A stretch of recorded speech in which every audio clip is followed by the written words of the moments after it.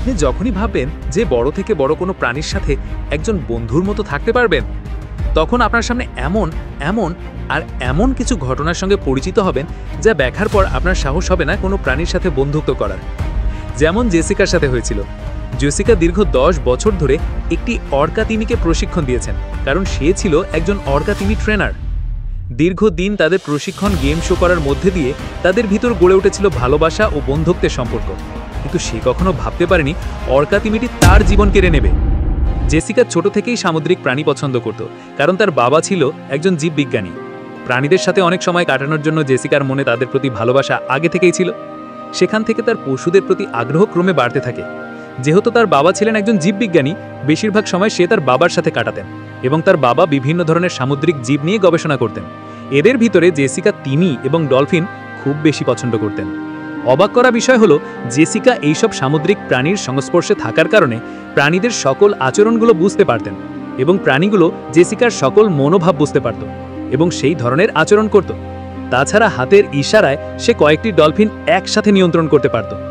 সেখান থেকেই জেসিকার প্রাণীদের প্রতি বিশ্বাস ও ভালোবাসা আরও বেড়ে যায়। সময়ের সাথে ধীরে ধীরে জেসিকার সামুদ্রিক প্রাণীদের প্রতি আগ্রহ ও তাদের বিষয়ে অভিজ্ঞতা বাড়তে থাকে।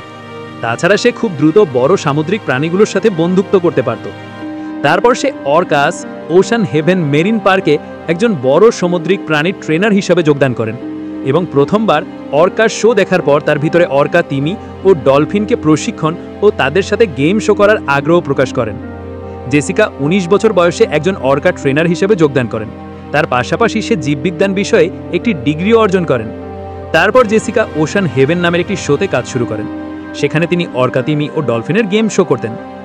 21 বছর বয়সে জেসিকা ট্রেনার হিসেবে সাফল্য অর্জন করেন এবং সবথেকে জনপ্রিয় অর্কা ট্রেনার হিসেবে জনপ্রিয়তা লাভ করেন, যেখানে একটি অর্কা তিমির দৈর্ঘ্য প্রায় 22 ফুট ও ওজন প্রায় 5400 কিলোগ্রামেরও বেশি।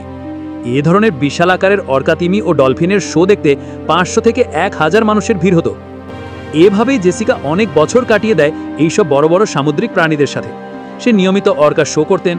হঠাৎ একদিন শো চলাকালীন সময় সে অনুভব করে যে অর্কা তিমিটি অস্বাভাবিক আচরণ করছে, কিন্তু শো নষ্ট হয়ে যেতে পারে এটা মনে করে শো চালিয়ে যান জেসিকা, কারণ সে মনে করেন এই পরিস্থিতি সামলাতে হয়তো সে পারবেন, কারণ তার কাছে ছিল দীর্ঘ কয়েক বছরের অভিজ্ঞতা। এটা ভেবে সে অর্কা শো চালিয়ে যান। ও সবাইকে আনন্দ দিয়ে যাচ্ছিলেন, কিন্তু এই আনন্দ বেশি সময় টিকে থাকে না। হঠাৎ অর্কা তিমিটি জেসিকার উপর আক্রমণ করে বসে। গ্যালারিতে থাকা মানুষ তখনও বুঝে উঠতে পারেনি যে তিমিটি জেসিকাকে আক্রমণ করেছে। তারা এটি গেম শোয়ের একটি অংশ মনে করেন। তিমিটি যখন জেসিকাকে অর্ধেক গিলে ফেলে তখন আর কোনো কিছুই করে ওঠা সম্ভব হয়নি।